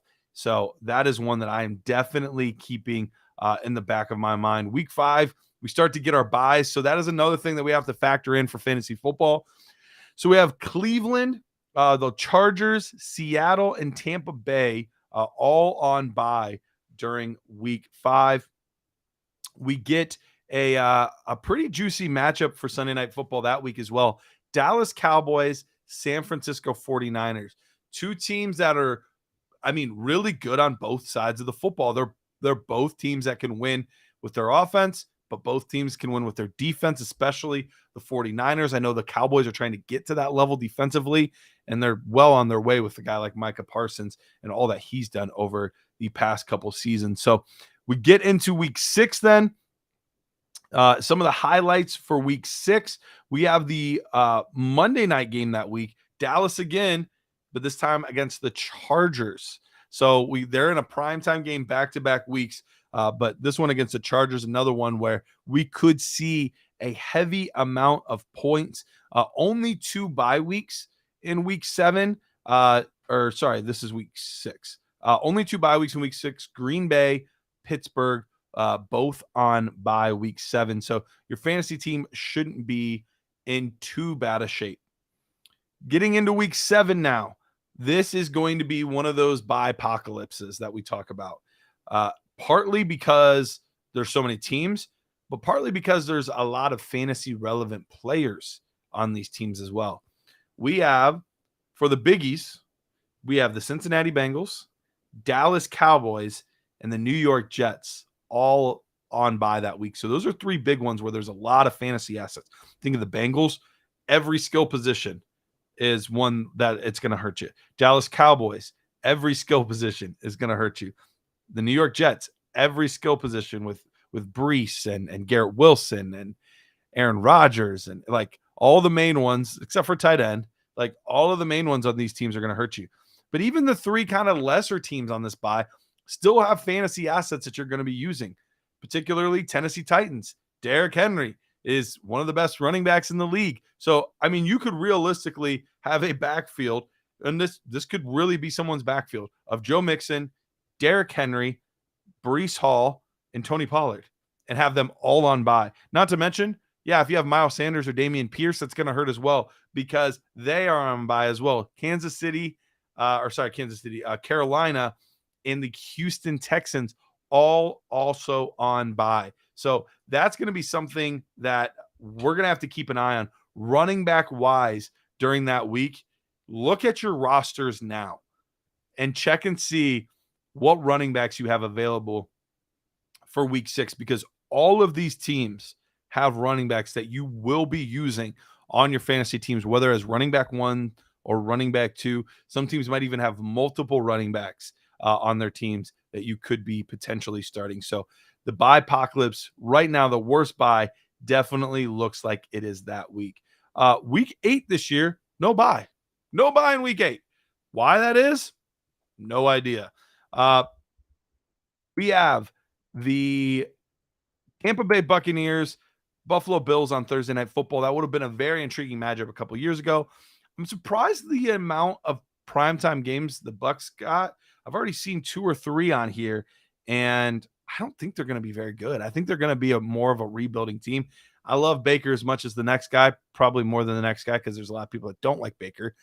But I don't expect this to be a very good football team. So I am a little bit surprised on how much love that they have gotten from the schedule makers there, giving them those prime time slots. As far as some intriguing fantasy matchups go, we've got the Bengals and the Niners, 2 teams that could have made the Super Bowl last year, but both lost in the semifinals. 2 good offenses, a little bit better defense, though, on San Francisco. We'll see how that affects the Bengals. And then Chicago Bears, they get a Sunday night game against the Chargers. 2 young quarterbacks, both named Justin. So you know that there's some fantasy goodness in store there. Let's take a quick break. We are going to see if we can get Dennis back. I'll talk with Tyler, see any word on that. We'll get back to the schedule, and we're going to talk about fantasy football playoffs. That's right. The most important part of the schedule, fantasy football playoffs, here in just a few moments on the Better Sports Network.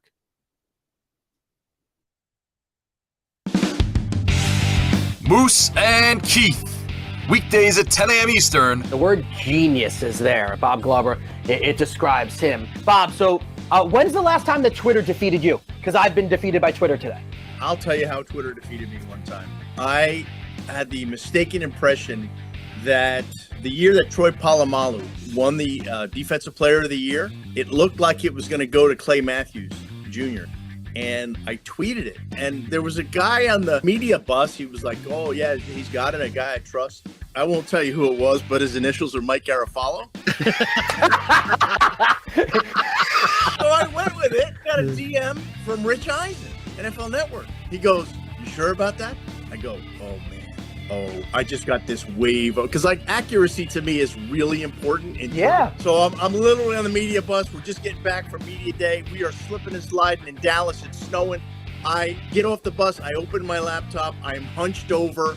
And I just, like, literally people are passing me. Bob, what's wrong? And it was Polamalu. And Adam Schefter had retweeted me. Trey Wingo had retweeted me. I'm like, oh, I'm dead. So when it's Polamalu, then how do you handle that? Like, what was the subsequent tweet I think afterwards? I said, got some bad Twitter info. I didn't put Garafalo's name on there. I had 10 years later, you can out him. I like that. Yeah. You know, he wouldn't mind that. He knows the stories. So.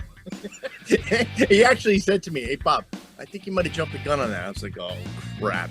There we go. Campus to Canton on the Better Sports Network. Would Dion bench Shador? I don't think he would. Like, how bad would it have to be? Because we've seen horrendous quarterback play from this Colorado team for the last, 4 years, 5 years? JT Shroud, Brandon Lewis, just terrible quarterback play. Like, they were 131st, which is dead last in pass EPA per play. Obviously, it will be better, but how bad does it have to be for him to bench his own son? Like, I'm not sure he will ever either, like, especially with the attitude that he came in with. If they don't get Rashada, who do they bench him for this year anyway? I don't know that there's another answer on that roster that you go to. They don't really have a guy behind him. So I don't even know if we would know the answer to that until the next year, assuming that, he doesn't declare for the draft, he returns, they bring somebody else that's competent and behind him. If they're going to do this the Lincoln Riley way, next year would be the class to bring somebody in. Shador Sanders is going to be a third-year player. So he's going to play 2023. I don't think he's declaring for the 2024 NFL draft. So he's going to play in 2024 and then declare for the 2025 NFL draft. And let's remember this. He hasn't had a full recruiting cycle at Colorado. He will have that next recruiting cycle. So maybe he could get one of these class of 2024 quarterbacks there to come to Colorado. However you're invested in sports, from betting to fantasy, collectibles, and more, join our community on Better Sports Network.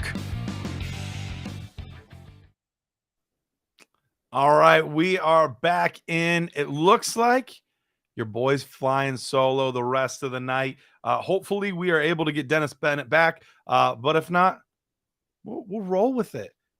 This kind of stuff happens on the Dynasty Nerd Show all the time. We got this. and we are talking schedule. The schedule release was tonight. We made it through the first half of the regular season. Want to highlight some things in the second half of the regular season, and of course, into your fantasy football playoffs. So we have in week 9, we are on bye with the Denver Broncos, the Detroit Lions, San Francisco, and Jacksonville. So definitely missing some assets those weeks as well. At least you don't have 6 teams that are on bye. But boy, the matchups this week. The week 9 matchups might be some of the most entertaining real life football and fantasy football matchups of the year. We start off at 9:30 a.m. in Germany, Kansas City Chiefs, Miami Dolphins. Then we have later on in the day, Philadelphia Eagles, Dallas Cowboys. Then that evening, we have the rematch between Buffalo and Cincinnati. That was the Hamlin game. So you know that the emotions will be high for that one. And then Monday Night Football that week, no big deal. Just Chargers and Jets, Aaron Rodgers, Justin Herbert. Like these games this week, holy cow, there are going to be some points on the board. Hopefully it's still, at least warmish in November. It's usually not too bad yet for a lot of these teams. But man, that is going to be some fun fantasy football those weeks. Hopefully, quarterback-wise, you're good the following week, though, because the Kansas City Chiefs, the LA Rams, Miami Dolphins, and the Philadelphia Eagles all on bye. It's only 4 teams, but all 4 of those quarterbacks are solid NFL quarterbacks. I shouldn't say solid. Jalen Hurts and Patrick Mahomes are 2 of the best in the NFL. Tua, when healthy, has shown to be great for fantasy football. And Matthew Stafford is a couple of years removed from winning the Super Bowl. So you're going to be missing some assets. You're going to be missing some pieces that last or this week here. Not as many riveting matchups for fantasy football, but there's definitely some ones that caught my eye a little bit. One, Deshaun Watson and Lamar Jackson, Cleveland, Baltimore. That could be a fun one to see those 2 quarterbacks going head to head. Both dual threat guys, same division, know each other pretty well. And Detroit, Los Angeles could be another one that could have some fantasy football intrigue. We're getting to week 11. We have 4 more teams on by week 11. I don't know why they don't utilize week 8. Take that 6-team week, make it only 2. Wish they do it. Atlanta Falcons, Indianapolis Colts, New Orleans Saints, and the New England Patriots. So we're definitely going to be missing some running backs that week. Bijan, Jonathan Taylor, Ramondre Stevenson, Kamara. So we're going to be missing some running backs in week, what are we on now? Week 11. Definitely missing some guys there. We've got Cincinnati and Baltimore on Thursday Night Football. Good way to kick off the week. Then the Monday night game that week, Super Bowl. That's right. Super Bowl rematch. We're talking the Eagles. We're talking the Chiefs. Will there be redemption in that game, or will the Chiefs reign supreme? This will be must-see TV. That's right. Monday, November 20th. Just look, that's Thanksgiving week, I'm pretty sure. Just cancel the whole week. Like, you have good football. You've got the stuff coming up the following week for Thanksgiving. Just cancel the whole week, kick back, enjoy yourself. And yes, our Thanksgiving games this year, we've got Green Bay and Detroit, Washington and Dallas, and then the primetime game is going to be the San Francisco 49ers and the Seattle Seahawks. But wait, the camera's up here. But wait, there's more.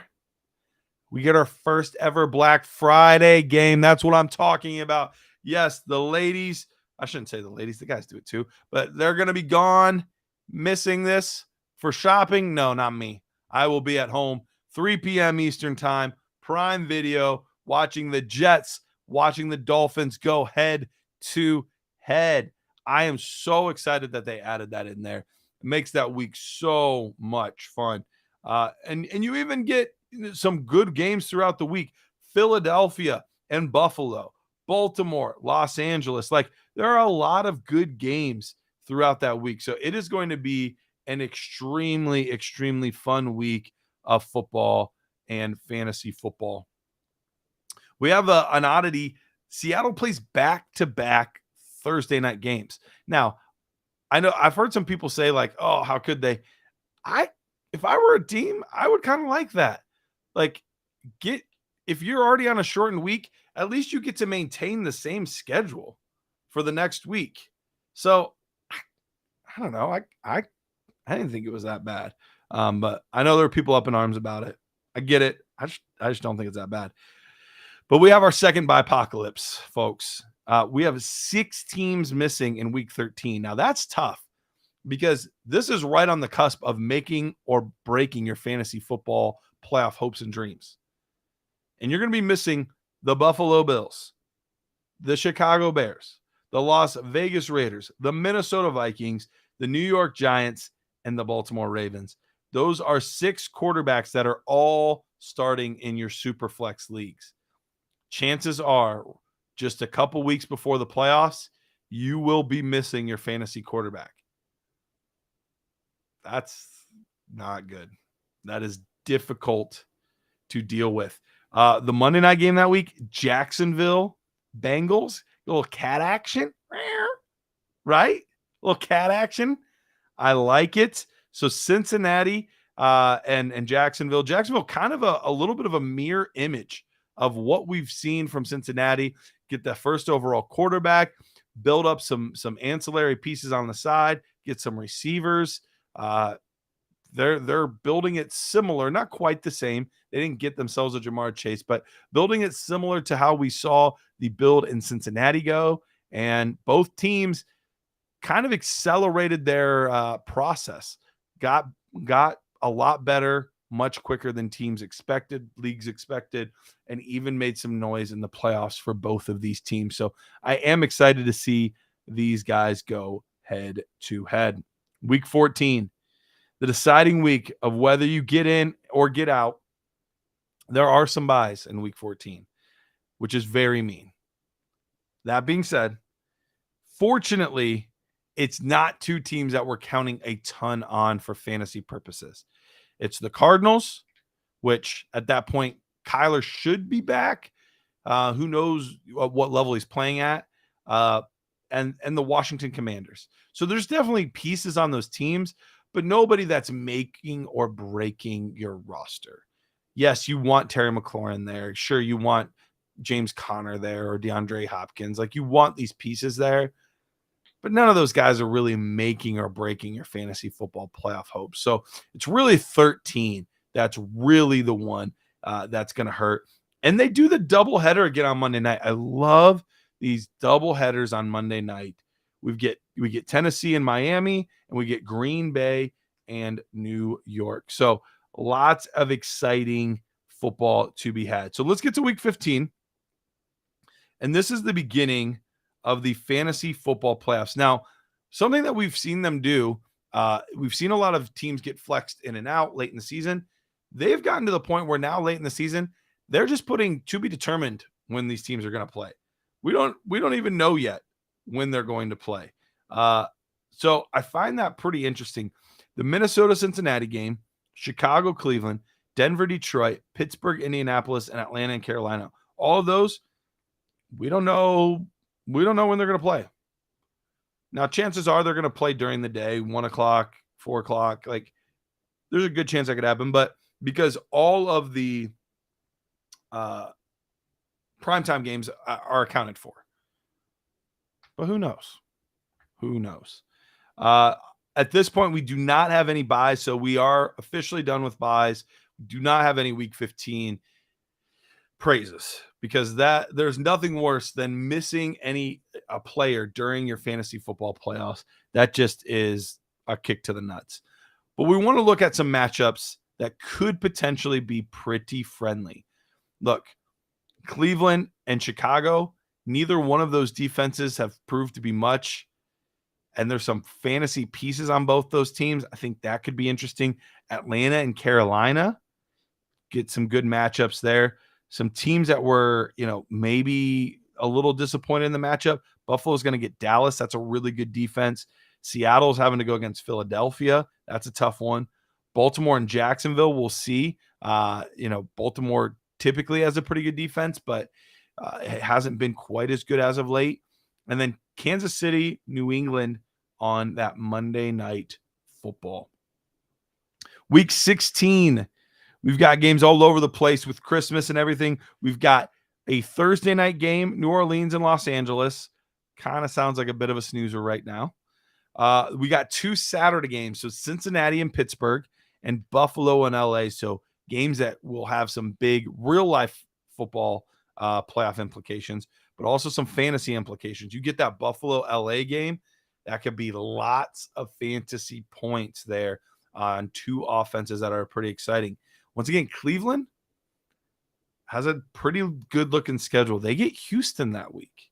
So Chicago and Houston for Nick Chubb, Amari Cooper, Deshaun Watson, not too shabby. Dallas is up against Miami that week. Let's see what else we got. New York Jets get the Commanders. We've got 3 games on Christmas Day. Kansas City and Las Vegas. That should be a high-scoring affair. New York Giants have to go against Philadelphia. You don't love that for them. And Baltimore has to go up against San Francisco. Don't love that overall either. And last week, but not least, the fantasy mecca, the Fantasy Football Championship week. And man, Cleveland has one of the best playoff schedules as of right now. We'll see how these defenses develop and whatnot. But Cleveland gets the Jets. The Jets have a good defense, but not great. So you're looking at 2 pretty below average defenses and 1 slightly above average defense. Overall, I'll take that for a fantasy playoff schedule. Maybe look at some Browns over the course of your fantasy football playoff situation. That's going to be a Thursday night matchup on December 28th. Then we have some really interesting games that last week. Kansas City and Cincinnati. See, I'm confused. Didn't we already have them? Oh, no, wait. We had Cincinnati and Buffalo. So they now get Kansas City. So they're going up against 2 teams that they could easily see in the playoffs. That will be very fun. That's going to be a huge game for fantasy football. So if you have Joe Burrow, you have T. Higgins, Joe Mixon, Jamar Chase, Patrick Mahomes, Travis Kelce, all of these assets, it's going to be a pretty fun week because there could be a gazillion points scored in that game. Ones that, might have to watch out for a little bit. You don't love the situation for where'd they go? Washington has to go up against San Francisco. So you don't love that situation there. And then where's the Eagles defense? Although, they're going to be much younger this year, but Arizona's going up against them. So you don't have too many pieces there that you have to worry a ton about. We'll see how New England's defense is this year. Buffalo gets them. Atlanta and Chicago. So Chicago's another one. What did they have week 16? Because they get Atlanta and Cleveland, 2 teams that don't have overly strong defenses. What does Chicago have week 16? They get Arizona. So Justin Fields looking pretty good. DJ Moore for your fantasy playoffs. Those guys could be fantasy gold nuggets for your fantasy football team. So Chicago's another one that I'm kind of just, thinking about in the back of my mind as teams that could potentially be some good guys to trade for, teams you might want to look at late in the season. Let's see. Atlanta, they have a good amount of fantasy assets. We have them week 15. Who are they going up against week 15? Carolina. 16, they have a good matchup because I just saw it. And Indianapolis. And then week 17, Chicago.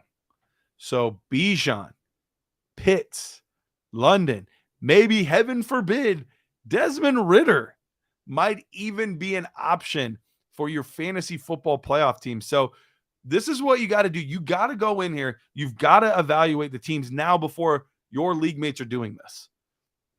Because once it gets to week 10, 11, 12, 13, yeah, now they're looking right before their trade deadline.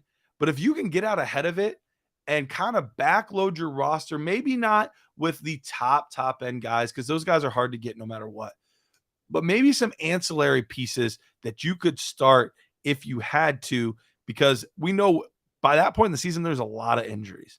There's a lot of guys banged up, suspended, whatever. There's a lot of things that can happen at that point in the year. So yeah, maybe it's tough to go out there and get, Bijan Robinson. But Desmond Ridder might not be hard to get.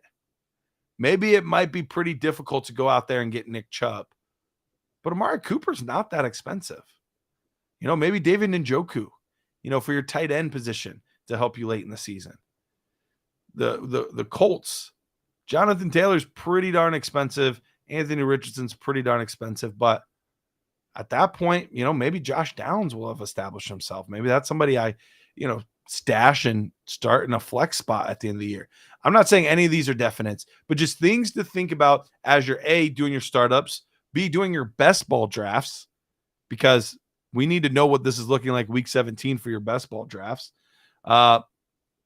So look at these players, look at these guys, factor in their schedules, their bye weeks, all that stuff. That's something else I got to do. I got to go look at all of these Best Ball Mania teams that I've drafted, all of the stuff on Underdog. By the way, use promo code NERDS. Get yourself the Dynasty Nerds for a year.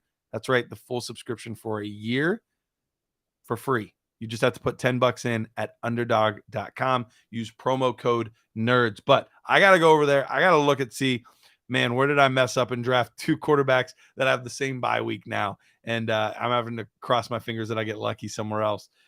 Got to go do that. All right, guys. Well, that is it for tonight. Thank you so much to Edward Raus for coming on, joining us, doing the grade, the trade. Thank you so much to everybody else for coming on, giving me your trades, us discussing them. I had a blast doing that. Thank you to Dennis Bennett. Unfortunately, things did not work out to get him back on here for the rest of the evening, but that kind of stuff happens, right? Computer issues, computer problems.